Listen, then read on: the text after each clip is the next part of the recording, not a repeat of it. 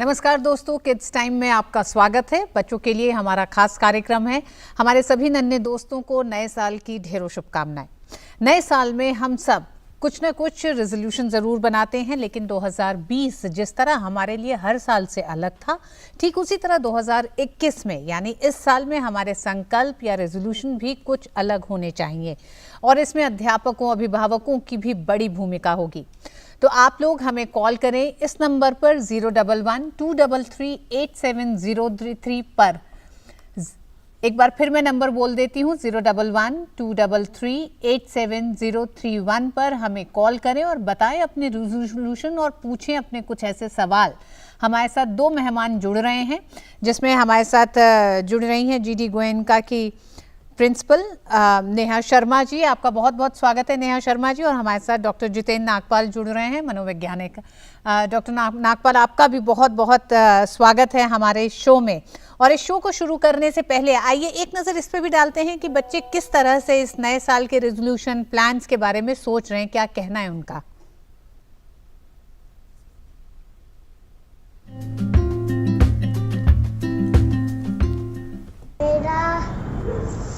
Colour अच्छा है, homework अच्छा है ज़्यादा, और मैं अपने दोस्तों के साथ करूँगा और मैं डांस भी लगाऊँगा और मस्ती करूँगा।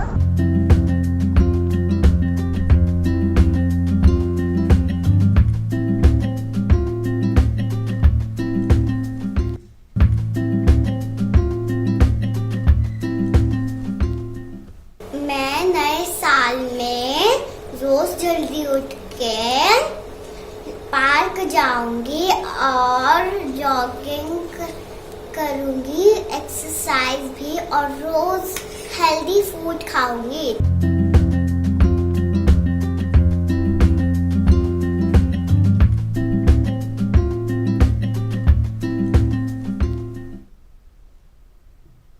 तो ये आपने सुना, दो बच्चों ने हमारे साथ शेयर किया कि वो क्या करेंगे। एक ने कहा कि वो पौधे लगाएंगे अपने इस नए साल में, अपने रेजोल्यूशन एक संकल्प की तरह से। और दूसरी जो बच्ची थी हमारे साथ, उसने कहा कि वो पार्क जाएगी रोज़ सुबह और उसका कहना है कि हेल्दी फूड खाएगी। हमारे साथ दो ऐसे विशेषज्ञ जुड़े हुए हैं जो शायद बच्चों की मानसिकता, उनकी सोच, उनमें जो बदलाव हो रहे हैं उसे महसूस करते हैं। डॉक्टर नागपाल, आपके पास अगर सबसे पहले आना चाहूँ, 2020 इन तमाम उम्र के बच्चों के लिए, यानी कि हम कह सकते हैं नर्सरी से लेकर 11वीं 12वीं तक के बच्चों के लिए एक बिल्कुल नया अनुभव लेके आया। उस नए अनुभव के साथ ही वो 2021 में प्रवेश कर गए हैं।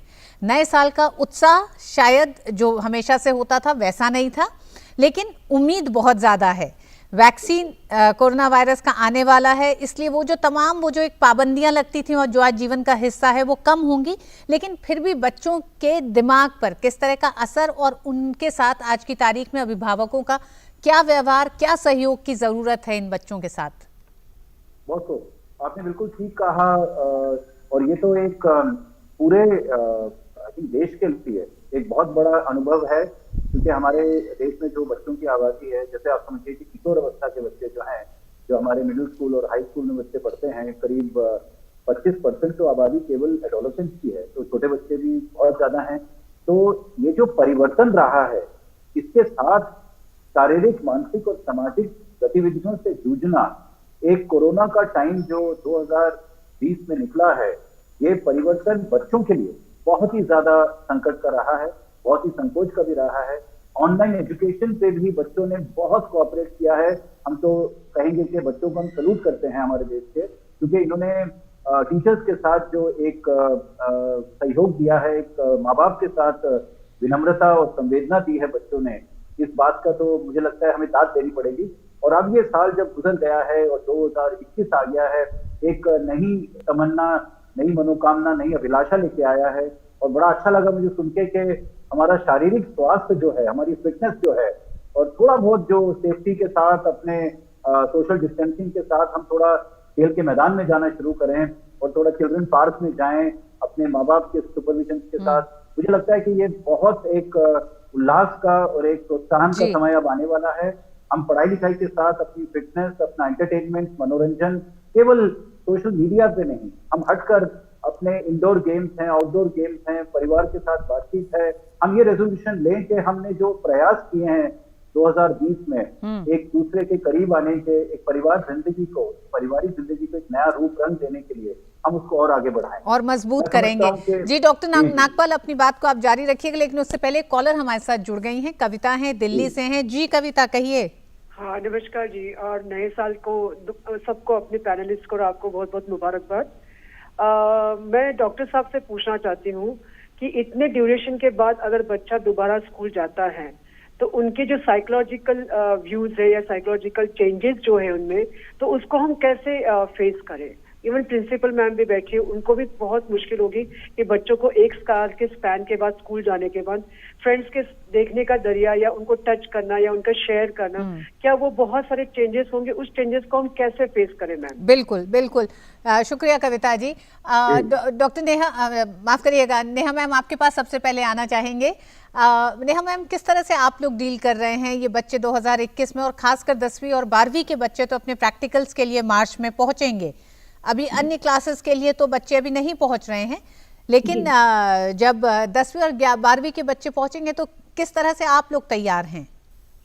देखिए, सबसे पहले जो तैयारी की बात है वो ये हम लोगों की तरफ से कोशिश की गई है कि किसी भी तरीके से कोई भी ऐसी चीज छूट ना जाए जो कि कोविड प्रोटोकॉल जो बच्चों को फॉलो करना है उसके बारे में किसी भी तरीके का हमने कोशिश किया है कि कोई भी कमी ना रह जाए।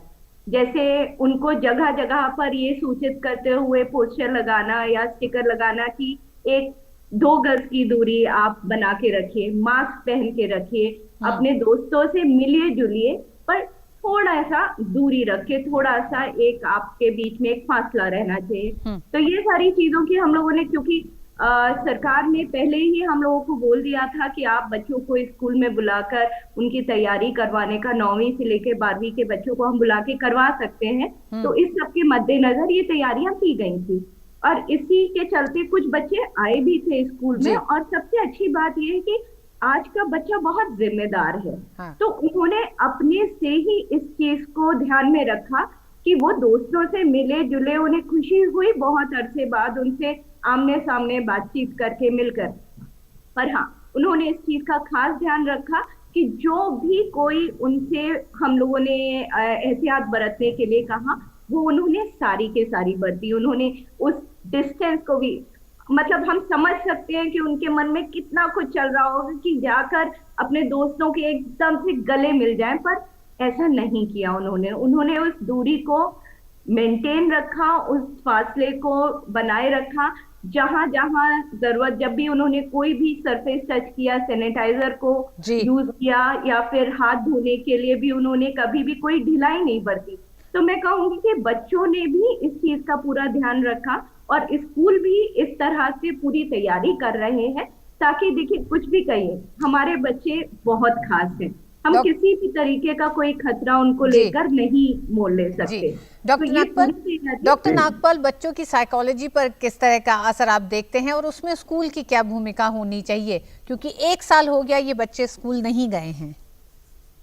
सबसे पहले तो I think I totally agree with Neha ji कि हमारा अप्रोच जो है वो डबल प्रॉन्ग्ड अप्रोच होना चाहिए। एक तो जो सेफ्टी सिक्योरिटी जो अभी मैडम बता रही हैं, एक सेफ्टी वो होती है जो कोरोना के बाद जो उनकी बातें आ रही हैं, हम ओवरऑल कोई भी ऑर्गेनिज्म से जो भूमिका ले चुके हैं पिछले साल, केवल कोरोना की बात नहीं है। अब आप देखिए, ये जमाना फ्लू का भी है, स्वाइन फ्लू, डेंगू, चिकनगुनिया, ये सब भी चीजें नॉर्थ इंडिया में बहुत होती हैं। ओवरऑल जो सेफ्टी है, बच्चों की अपनी सिक्योरिटी, यानी कि शारीरिक सिक्योरिटी और मानसिक सिक्योरिटी, यहाँ पर बात इमोशनल सपोर्ट की उठ रही है। इमोशनल सपोर्ट क्यों?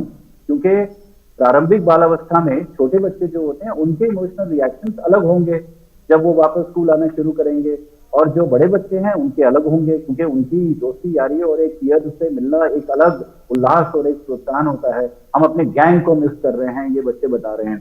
और जो छोटे बच्चे हैं उनको माँ बाप से, अभिभावकों से दूर होना, ऐसा कि दिन हो कि पहली बार स्कूल जा रहे हैं जो छोटे बच्चे हैं, तो स्कूल अपने तरीके से अपने टीचर्स की ट्रेनिंग जो है उनकी, और काउंसलर्स का सपोर्ट है, जैसा नेहा जी ने बताया अलग अलग उम्र के हिसाब से age appropriate adaptation in the school including the number, ये जरूरी बिल्कुल नहीं होगा कि अगर आपके स्कूल में 2000 या 3000 बच्चे हैं वो सारे एक ही दिन में आ जाएं, ये तो होगा ही नहीं।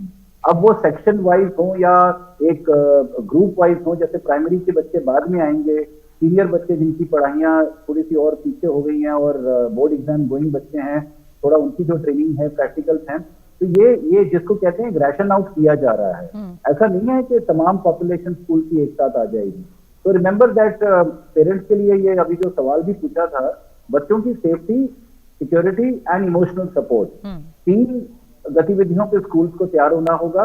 और प्ले मेथड जो है स्कूल के अंदर, क्लासरूम के अंदर, केवल जरूरी नहीं है कि पहले दिन से या दूसरे दिन से हम केवल पढ़ाई शुरू कर दें। आपसी पहचान, जान पहचान, मिलना जुलना, एक तरीके की जो सर्कल टाइम एक्टिविटी होती है, कुछ स्कूल्स में आई थिंक नेहा मैम भी प्लान कर रही हैं, जैसे उन्होंने बताया हमें कुछ दिन पहले कि वो एक सर्कल टाइम होता है जहाँ पे बच्चे सब एक दूसरे के साथ आमने सामने दूर दूर बैठें और अपना तजुर्बा शेयर करें।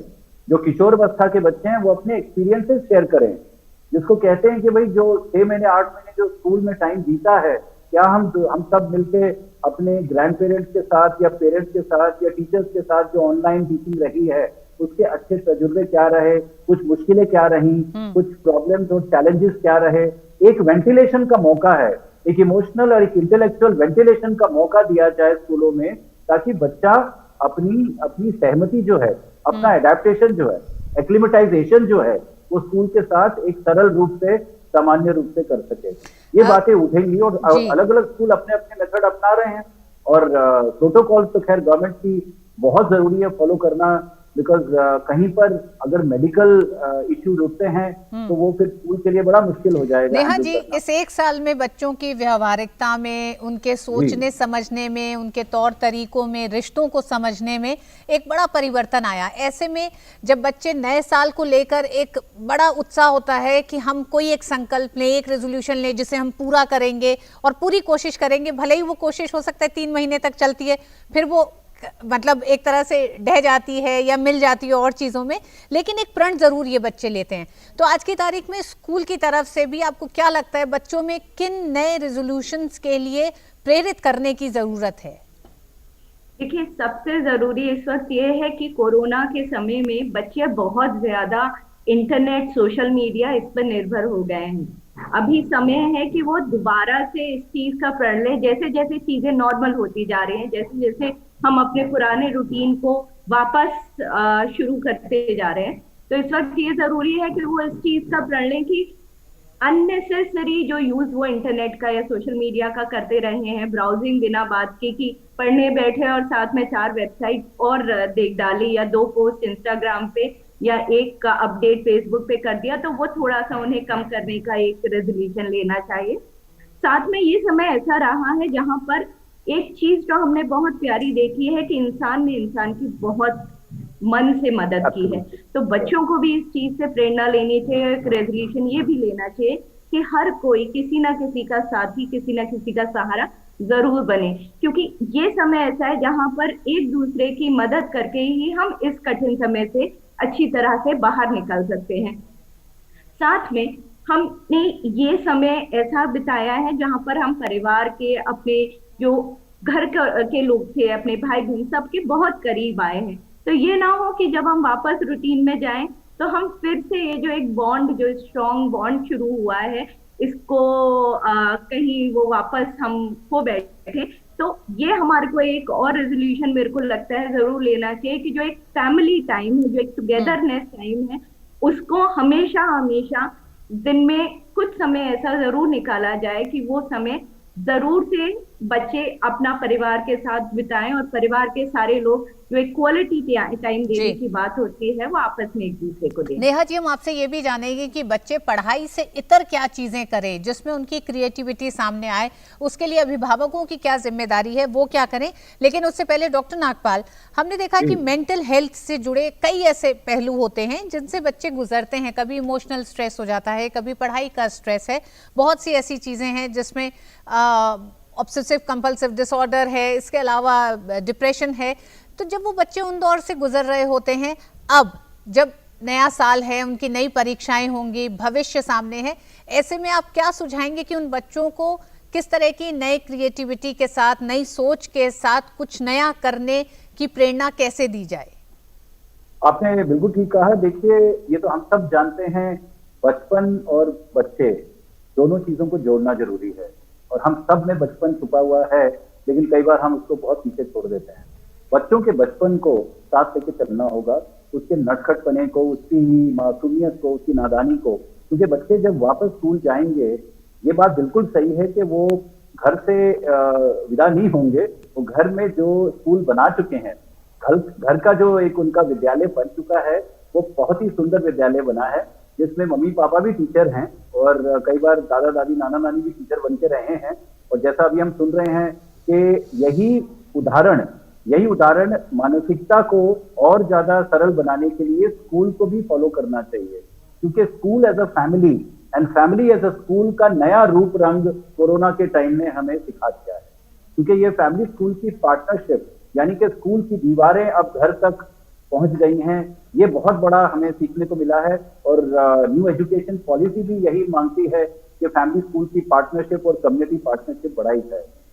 जो आपने पूछा मानसिकता के बारे में, मैं आपसे कहना चाहूंगा कि अभी नेशनल बुक ट्रस्ट इंडिया, जो मिनिस्ट्री ऑफ एजुकेशन के अंतर्गत ही आता है, उनकी जो रिसर्च हुई है, जिसमें हम भी शामिल थे, नेहा शर्मा मैम ने भी उसमें योगदान दिया है। कई बार ये देखा गया उस रिसर्च में कि 3 से 4 गुना ज्यादा उदासीनता, बेबसी या एक जो अनसर्टेनिटी वाला स्ट्रेस है बड़े बच्चों में, कि भाई कल क्या होगा, बोर्ड एग्जाम का क्या होगा, टाइम से होंगे, किस तरीके से होंगे। तो प्रिपरेशन के टाइम पर भी बच्चों को जैसे नींद ना आना, घबराहट होना, बेचैनी होना, हताश होना, कई बार चिड़चिड़ापन और उग्र भावना भी होना, ये सब चीजें 3-4 गुना ज्यादा देखी गई हैं पिछले 6-7 महीनों में। अब ये उत्तरदायित्व जो है वो हम सबका बनता है कि हम अपनी मनोदिशा को और मनोवृत्ति को एक सरल तरीके से समझें, बच्चों को मौका दें बोलने का, उनको सराहना होगा, उनके साथ बैठ के हमें उनके एक्सपीरियंसेस को, मैं दोबारा कह रहा हूं, सुनना होगा, समझना होगा, क्योंकि वही हमारे भविष्य के नागरिक हैं और भविष्य के लीडर हैं। और आने वाले समय में स्कूल की परिभाषा भी उनके सौजन्य से ही बदलेगी। बच्चे नए स्कूल के निर्माण करने वाले हैं, अभी नए तरीके के निर्माण कर रहे हैं, बिकॉज एक इंटरएक्टिव और पार्टिसिपेटरी लर्निंग जो है कि आओ तुम टीचर बनो, हम लर्नर हैं, यानी कि टीचर का कहना है कि we will all learn from our children. बच्चे के जो एक्सप्रेशन है, उनका जो जज्बा है, थोड़ा बदलाव में जरूर आएगा, क्योंकि आजकल बच्चा एवरेज टाइम जो इंटरनेट पे है वो ज्यादा बिताता है। तो उसके साथ जो इंसान जो भी हो, अध्यापक हो या माँ बाप हो, जो वार्तालाप करते हैं, उनको अपने क्रिएटिव मेथड्स बच्चों के साथ वार्तालाप के या विवाद के भी बदलने होंगे, ताकि वो खुद इंटरेस्टिंग बने। एक टीचर की लर्निंग, टीचर का अपना जो पाठ है, पाठ्यक्रम है, वो इंटरेस्टिंग बनाना होगा बच्चे के आध्यात्मिकता से, क्योंकि बच्चा जो इंटरनेट पे देखता है, अगर उसको वो ज्यादा इंटरेस्टिंग लगता है तो वो वहीं पढ़ेगा।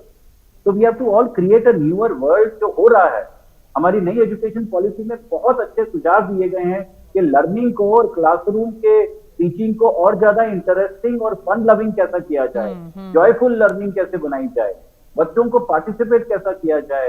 ये बहुत सुंदर तरीके बताए गए हैं, जो मैं समझता हूँ कि टीचरों के माध्यम से, अध्यापकों के माध्यम से माँ बाप को भी सीखने चाहिए। बिल्कुल नेहा जी, जब बच्चे आज की तारीख में अपने रेजोल्यूशन और प्लान्स बना रहे हो नए साल के लिए, तो उसमें टीचर्स की बहुत बड़ी भूमिका है। तो किस तरह से आप लोग सुझाते हैं कि क्या वो नए उनके क्रिएटिव आइडियाज हो सकते हैं जिन पर वो आगे काम करें? क्योंकि एक रीडिंग को लेकर जो एक हमेशा से एक शिकायत अभिभावकों की, अध्यापकों की रही कि बच्चों में ज्यादा रुचि नहीं है रीडिंग को लेकर, वो इस कोरोना काल के दौरान भी बच्चों ने अपने एक आदतों में से शुमार किया है। हमारे साथ एक कॉलर भी जुड़ गए हैं, कौशिक जी। कौशिक, आप अपनी बात कहें। हाँ जी, मेरी बात दोनों एक्सपर्ट से है और अपने एंकर से भी है कि जो एक्टिविटी बेस्ड लर्निंग है, अभी यहाँ मैं देख रहा हूँ कुछ बच्चे कोई गेम खेल रहे कार्डबोर्ड की, कोई ड्राइंग कर रहे हैं, कोई बुक पढ़ रहे हैं, कोई साइंस का कोई एक्सपेरिमेंट कर रहे हैं। तो उसमें एक चीज है कि केमिकल गार्डन ऐसी चीज है कि आजकल कोई स्कूल में टीचर्स को भी पता नहीं होता कि केमिकल गार्डन क्या है।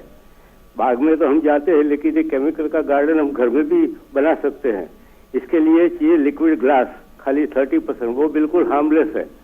लिक्विड 10% उसका सॉल्यूशन पानी के अंदर बनाना होता है, ग्लास के जार के अंदर, और जी। उसमें अलग अलग कलर के केमिकल के क्रिस्टल डालने होते हैं। वो हाँ। ऐसे ऐसे ग्रो होते हैं जैसे पेड़ ग्रो हो रहा है, जैसे वो अपना एक्वेरियम होता है उसमें वो पेड़ पौधे लगाते हैं छोटे छोटे, इस तरह से वो ग्रो होते हैं। तो ये एक्टिविटी ऐसी है कि टीचर्स को भी इंटरेस्ट आएगा, बच्चों को भी इंटरेस्ट आएगा, बड़ों को भी इंटरेस्ट आएगा, और घर में बना के रखेंगे थोड़े थोड़े दिन वो रहेगा वैसा ही एकदम क्लियर, जैसे घर में आपने एक्वेरियम रखा है। दूसरी बात है कि बच्चों को जैसे गार्डन में घुमाने ले जाते हैं, हम माँ बाप भी ले जाए, वो भी एक्टिविटी उनको करवा सकते हैं। उस वक्त घर आके उनको बोलने का कि आपने क्या देखा वो ड्रॉ करो आप या लिखो। इससे बिल्कुल क्या है बिल्कुल कौशिक जी, जो क्रिएटिव आइडिया आपने बताया है उसी से जुड़ा हुआ सवाल नेहा जी से भी हम पूछना चाह रहे हैं। नेहा जी, जिस तरह से कौशिक जी ने भी कहा, तो इस तरह के कौन से वो नए क्रिएटिव आइडियाज हैं जो आप लोग बच्चों के साथ इस समय साझा कर रहे हैं, क्योंकि बच्चे एक नए तरीके से, बच्चों में क्रिएटिविटी को लेकर एक नई रुचि हो, वो अपने आइडियाज को लोगों के सामने रख सकें, वो कॉन्फिडेंस उनमें बने। बिल्कुल। तो इस वक्त एक जो काफी देखने में आया है कि बहुत सारे do it yourself DIY videos भी अवेलेबल हैं और काफी इस तरीके की एक्टिविटी बुक्स भी अवेलेबल हैं जो कि बच्चे कर सकते हैं। इस वक्त एक जो बहुत चलन देखने में आया था वो था मंडला आर्ट का। तो मंडला आर्ट एक काफी अच्छा काफी मजेदार फोक आर्ट फॉर्म है जो कि कहीं ना कहीं आपको फोकस कंसंट्रेशन के साथ एक कुछ अच्छा प्यारा क्रिएट करने में भी मदद देता है। साथ में बहुत सारी हमारी फोक आर्ट्स हैं जिनकी तरफ हम बच्चों का रुझान आजकल बढ़ता हुआ देख रहे हैं, जैसे वर्ली आर्ट हुई, गोंड आर्ट हुई, और इस तरीके के जो आर्ट फॉर्म्स हैं जो हम चाहते हैं कि बच्चे सीखें, अपनी संस्कृति से, अपनी जड़ों से जुड़ें। तो ये काफी एक तरीका हो सकता है जो कि टीचर्स भी बता रहे हैं और बच्चे भी करना चाह रहे हैं। एक जो हर समय पॉपुलर रहा है और जो काफी, जैसे डॉक्टर नागपाल ने कहा कि फन बिल्कुल बना रहना चाहिए, कोई भी एक्टिविटी आप कर रहे हैं उसमें, तो वो है बेस्ट आउट ऑफ वेस्ट वाली चीजें बनाना। आपके घर में बहुत सारे सामान होते हैं, आपको बस वो सोच, वो क्रिएटिविटी, उस नजर के साथ चीजों को देखना है। और आप चाहें तो पुरानी सीडी से वॉल हैंगिंग और अपने घर में जो भी कोई बोतल है उनसे प्लांटर्स या फिर कुछ भी आप नया क्रिएट कर सकते हैं। बस आपको ये देखना है कि आप जो भी आपके पास वेस्ट मटेरियल बना हुआ है, पड़ा हुआ है, आप उससे क्या कर सकते हैं। साथ में एक जो चीज बच्चे घर में भी कर सकते हैं वो है छोटे छोटे पौधे उगाना। और इस तरीके से जब आप करते हैं तो जैसे कि हम सब बहुत अच्छे से जानते हैं कि पॉल्यूशन इस वक्त बढ़ा ही हुआ है, लेवल जो हम सब के लिए अच्छा नहीं है। तो जब आप घर में छोटे छोटे पौधे उगाते हैं और जो कि आप, जिसमें आप पुरानी बॉटल्स का यूज कर सकते हैं या पुराने आप कप का या पुरानी कोई भी बर्तन का प्रयोग भी आप कर सकते हैं, तो वहां जब आप पेड़ पौधे इस तरह से उगाते हैं तो आपके घर का भी वातावरण, जो आपकी वायु है घर की, वो भी शुद्ध होती है और आपको भी एक बड़ी अच्छी सी, जब आप हरियाली देखते हैं घर के अंदर तो एक अच्छी सी फीलिंग आती है जो कि आपको खुश रखती है। तो कहीं ना कहीं कुछ चीजें ऐसी हैं, ये आपके अपने शौक के हिसाब से होना चाहिए। और आप चाहें तो अपना कोई म्यूजिकल इंस्ट्रूमेंट भी सीख सकते हैं। बात ये है कि जो भी कुछ आप कर रहे हैं, चाहे आप डांस करिए, चाहे आप म्यूजिक सीखिए और चाहे आप कुकिंग सीखिए। कहते हैं कि कुकिंग एक ऐसा लाइफ स्किल है जिसकी लाइफ में हर किसी को, चाहे वो लड़का हो चाहे लड़की हो, जरूरत जरूर पड़ती है। तो ये समय बहुत अच्छा है कि आप मम्मी की जो रेसिपी आपको बहुत पसंद थी, आप मम्मी से वो जरूर सीखें, नानी की, दादी की, चाची की, बिल्कुल दीदी की। बिल्कुल नेहा जी, लेकिन डॉक्टर नागपाल, बच्चे लगातार घर में रहते हुए क्रिएटिव हुए हैं, बहुत सारी ऐसी चीजें उन्होंने इन दिनों अनुभव भी की और शुरुआत भी करी जो आज तक वो नहीं कर रहे थे। लेकिन मन और दिमाग बच्चों का उतना ही छोटा है, इतनी तेजी से ऊबता भी है। ऐसे में अब 2021 भी, इस पूरे साल में भी उन्हें उतना ही सतर्क रहने की भी ज़रूरत है। ऐसे में आप क्या कहना चाहेंगे कि किस तरह से हम बच्चों में क्रिएटिविटी, उत्साह बना के रखें, हम लोगों की क्या भूमिका हो? मैं आपको एक उदाहरण बताना चाहूंगा। अभी नेहा जी और कौशिक साहब बता रहे थे तो मुझे याद आ गया। आपको ये जानकर खुशी होगी कि ये एक इंटरनेशनल एडोलेसेंट समिट है जो एक किशोरों का त्योहार है, एडोलेसेंट फेस्टिवल जो है सोशियो कल्चरल एक्सचेंज का। ये पहली बार देश में ऑनलाइन प्लेटफॉर्म पे, क्योंकि आप ऑनलाइन मीडियम इतना अच्छा है जो देश के कोने कोने तक पहुंचता है। ये करीब 1200 स्कूल और करीब 16,000 बच्चे इससे जुड़े हुए हैं। और आदरणीय हमारे शिक्षा मंत्री जो हैं डॉक्टर रमेश पोखरियाल साहब ने इसका उद्घाटन किया था 18 दिसंबर को।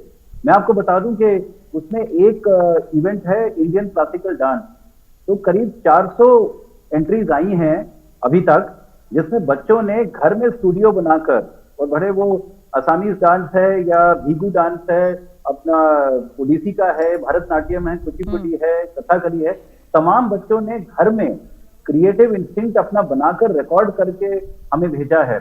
ऐसे ही नुक्कड़ नाटक है, आप इमेजिन करिए 150 स्कूलों ने जो नुक्कड़ नाटक भेजे हैं घरों में, अपने अपने घरों में बैठ के बच्चों ने डायलॉग बोले हैं, वो भले गर्ल चाइल्ड के प्रमोशन के लिए है या पेरेंटिंग के ऊपर है या नशा मुक्ति के ऊपर है।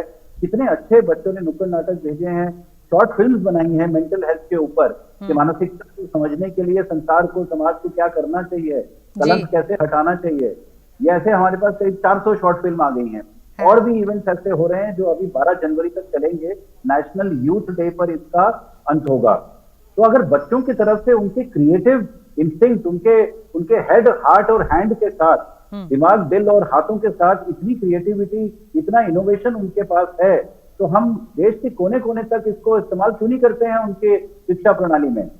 ये तो अभी डिस्कवर हुआ है और ये हमारे न्यू एजुकेशन पॉलिसी का सबसे बड़ा स्मारक है कि बच्चा जो है वो खुद ही एक अध्यापक है। बच्चे के टीचिंग पर, बच्चे के अपने नेचुरल इंस्टिंक्ट पर, उसके अंदर जो कुदरती टैलेंट है उसको सिर्फ एक अपॉर्चुनिटी दी जाए। क्रिएटिविटी प्रदान करने से ज्यादा क्रिएटिविटी बच्चे की समझने की जरूरत है। बिल्कुल, क्योंकि नेचर ने भी उसको बहुत गिफ्ट दिए हैं, जो कई बार हम कंपटीशन में, दौड़ में, जिंदगी की 95% मार्क्स लाने की दौड़ में बच्चे के इनोवेशन, क्रिएटिविटी और नेचुरल स्पॉन्टेनियस टैलेंट को हम लोग भूल जाते हैं या इग्नोर कर देते हैं। जी हाँ, ये बिल्कुल, मौका है। बिल्कुल ये डॉक्टर मौका है उसको सामने नागपाल, लाने का। ये जो आपने बात कही है, ये अभिभावकों को सच में गांठ बांध लेनी चाहिए कि मार्क्स के पीछे माँ बाप न भागें और अपने बच्चे के भीतर की क्रिएटिविटी, उसके इनोवेशन को समझें, उसको सराहें, उसको मौका दें घर से, और तभी उसमें सबसे ज़्यादा कॉन्फिडेंस और आत्मविश्वास बढ़ेगा। बहुत बहुत शुक्रिया आप दोनों का ही किड्स टाइम में हमारे साथ जुड़ने के लिए और बच्चों की हौसला अफजाई भी करने के लिए कि उनमें जो कुछ मौजूद है वही बहुत है जिंदगी और दुनिया में कुछ बड़ा करने के लिए। बहुत बहुत शुक्रिया। किड्स टाइम में आज बस इतना ही। मुझे दीजिए इजाजत। नमस्कार।